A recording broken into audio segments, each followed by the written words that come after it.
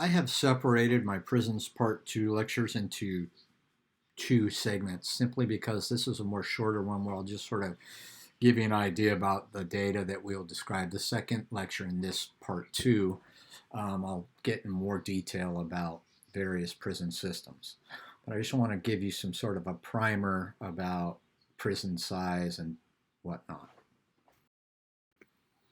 All right, so this first slide here is just to let you see that we have gone on an imprisonment binge in the United States starting in the 1980s. In the 1980s, you have the beginning of the modern conservative movement becoming more politically popular. You have Ronald Reagan elected to 2 terms as president. After him, you have another Republican elected.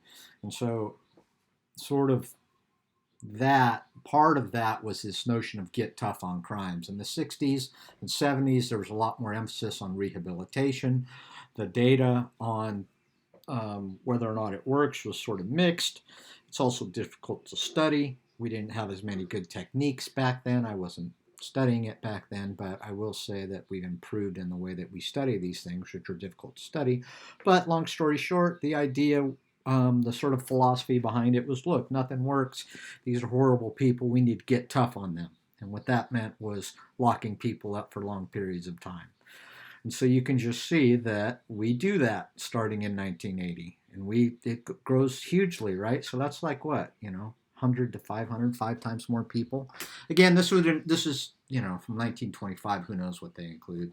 But I'm imagining this includes jail, prison, federal prison, and state prison. But just give you a sense of how much it's grown. As a social policy, towards crime, we have relied on incarceration to a huge extent and growing extent since 1980. Also, this ain't cheap, as they say. This is total corrections expenditures. I couldn't find it just for prisons, so I apologize.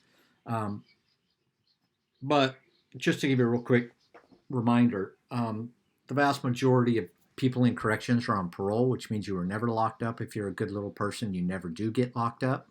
They're about 60% of all people. Prisons are only 20%.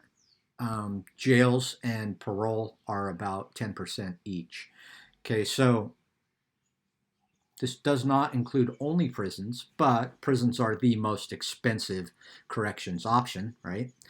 The data don't come around a lot, but the latest data that was made available publicly in Hawaii, this is 2006 dollars. It was about $20,000 per person per year to send them to a private prison on the mainland, and in Hawaii it was about $40,000 per person per year, and about half people in mainland, half the people here. So it's just, it's now 2021, so it's a lot more expensive now. So billions and hundreds of millions are difficult for me to understand, so I said, well, pretend there was $1,000,000 bill, and that's the far right-hand column, right? So you can see the tremendous growth. It goes essentially 11 times. We spend 11 times more on convicted criminals than we did in 1980, okay, using the latest data, and who knows what's happened in the 10 years since. All I want you to know is that we spend a lot of money on it, and a lot of that does go to prisons. Okay, I'm going to give you some information on prison size. Much more in the second lecture of this series, but just in general, I need you to know that raw numbers are useless, okay? The bigger population, the bigger your raw number. That's a useless number. So, for example, Hawaii, we have a couple thousand inmates. California and Texas, which are the largest states in the country, have well over 100,000 each. Okay, so it's sort of, you can't say that, well, you can't compare California and Texas to Hawaii with raw numbers. Okay, you're comparing apples to oranges, and we want to compare like things. So what we use is an incarceration rate. So typically it's per 100,000 people. Okay, so you can use that per state, per nation, etc. But when you do this, you could say, for example, compare us internationally. Say, what's the incarceration rate in the United States compared to the incarceration rate in France, etc., etc. Okay, and it allows us to look at various states. Okay, so unfortunately, this includes both state and federal prisoners, which muddles it a little bit. But I just compare, just to show you, don't worry about the year on this, just realize that, sort of give you an example here.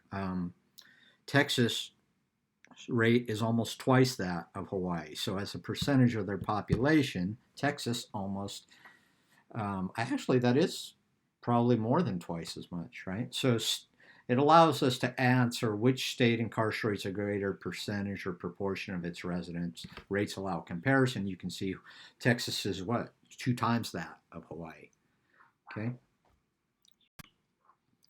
All right, these 2 years of numbers are not perfect because one is per 100,000 residents, which includes people under 18. 2015 includes adults only, which is better, right? Because kids below 18 do not get locked up in state and federal prisons.